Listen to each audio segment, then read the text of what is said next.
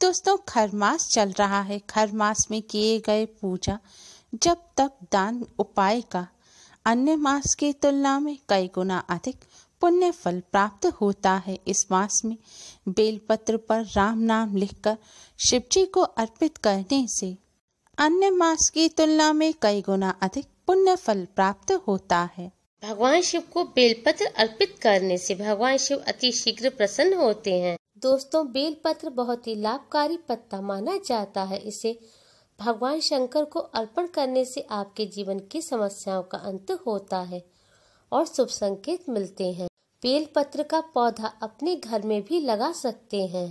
बेलपत्र का पौधा घर में लगाने से आपको जीवन में पुण्य कार्यों के कारण सफलता का मार्ग प्रबल होता है और समस्याएं आपके ऊपर हावी नहीं हो पाती। शिव महापुराण में बताया गया है कि बेलपत्र का पौधा घर में लगाना शुभ माना जाता है। इससे घर में पवित्रता बनी रहती है। लेकिन पौधा बड़ा होने पर आप इसे कहीं मंदिर में दान कर दें और घर में पुनः नया पौधा लगाएं, जिससे घर में सुख समृद्धि का वास रहे।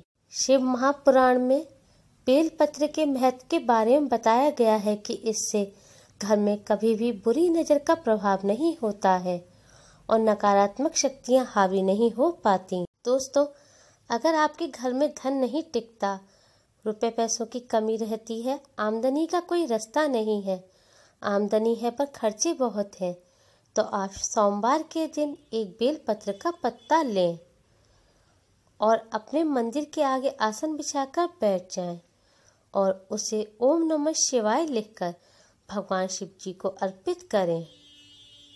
इसके बाद सोमवार के अगले दिन उस पत्ते को उठाकर अपने रुपए रखने के स्थान पर रखें। इससे घर में हमेशा बरकत बनी रहेगी और पैसों की कमी आप पर हावी नहीं होगी। दोस्तों, अपने घर में एक बेलपत्र का पौधा अवश्य ही लगाएं।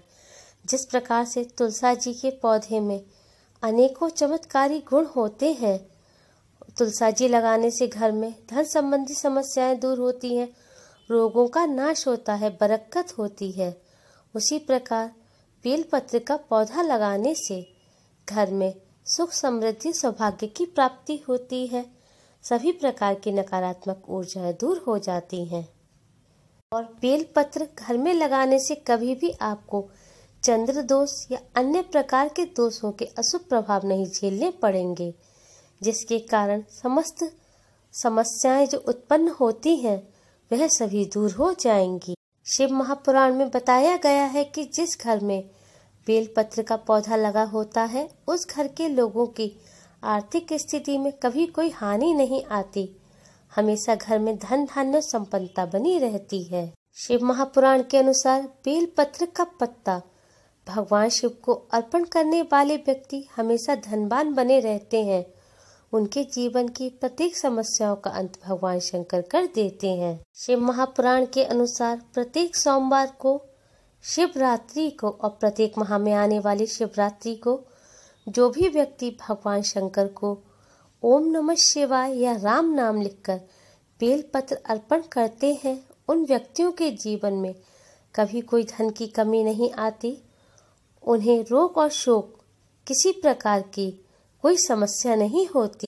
जिन व्यक्तियों पे बहुत अधिक कर्ज है, रुपये पैसों की तंगी से परेशान है, उन्हें घर में बेलपत्र का पौधा अवश्य ही लगाना चाहिए। इसे लगाने से और इसको रोज सींचने से सभी प्रकार के कर्जों से मुक्ति मिलती है और धन संबंधी सभी समस्याओं से छुटकारा मिलता है। शिव महापुराण के अनुसार कहा गया है कि बेलपत्र के वृक्ष को शिव वृक्ष के नाम से भी जाना जाता है, जिसकी जड़ को पूजनीय माना गया है। कहा जाता है कि बेलपत्र की जड़ में साक्षात महालक्ष्मी का वास होता है। इसीलिए व्यक्ति को प्रत्येक सोमवार को बेलपत्र के वृक्ष के नीचे एक शुद्ध देसी घी का दीपक जलाकर हल्दी और कुमकुम से तिलक करना चाहिए। इससे माँ लक्ष्मी घर में स्थिर वास करती है। शिव महापुराण में बताया गया है कि बेलपत्र के वृक्ष के पास खड़े होकर किसी से भक्त को घी सहित अन्य खीर या मिष्ठान दान करने से कभी भी व्यक्ति को दरिद्रता का सामना नहीं करना पड़ता और घर में धन हमेशा बना रहता है। धन का कभी अभाव नहीं होता। शिव महापुराण के अनुसार बिल्व पत्र की जड़ का पूजन करने से सभी प्रकार के पापों से मुक्ति मिलती है और बेल पत्र पर राम नाम लिखकर भगवान शिव की शिवलिंग पर अर्पित करने से शिव जी की कृपा प्राप्त होती है।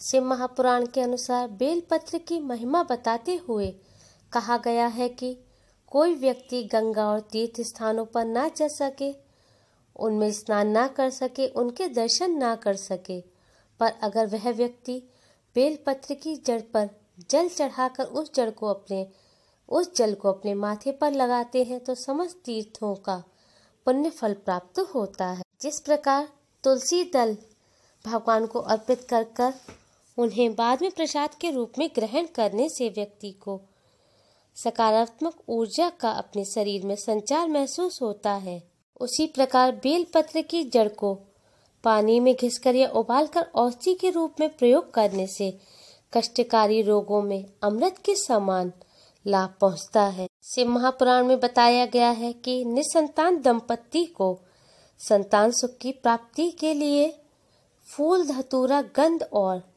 बेल पत्र चढ़ाकर भगवान शिव जी की शिवलिंग पर भगवान शिव का पूजन करना चाहिए।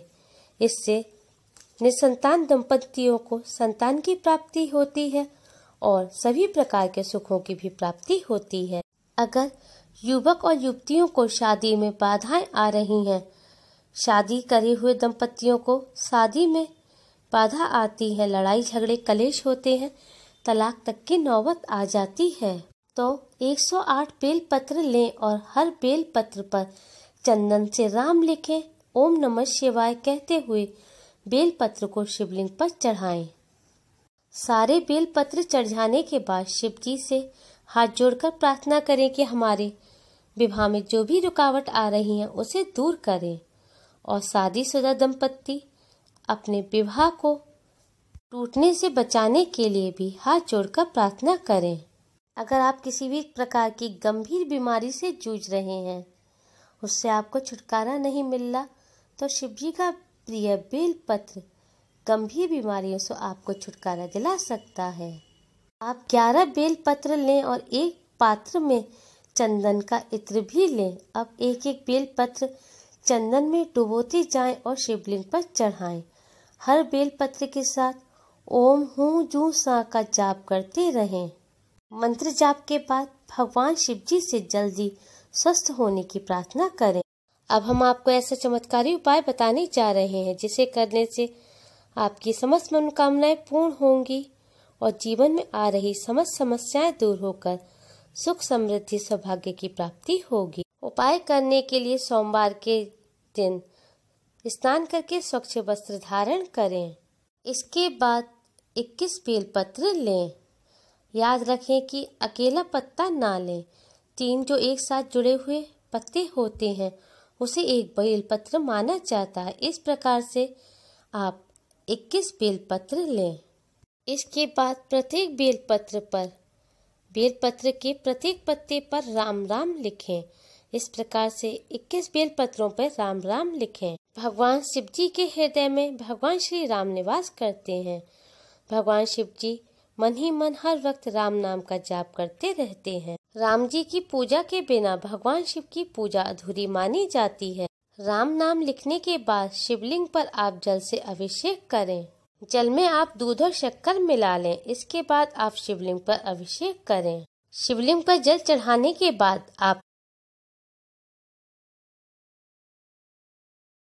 शिवलिंग पर आपको बेलपत्र इस प्रकार चढ़ाना है कि बेलपत्र की जो चिकनी साइड है वह शिवलिंग की तरफ हो और जो नसों की साइड हो वह आपकी तरफ हो। इस प्रकार राम नाम का जाप करते हुए आपको 21 बेलपत्र चढ़ाने हैं। अगर हो सके तो एक मुखी रुद्राक्ष भी भगवान भोलेनाथ को अर्पण करें।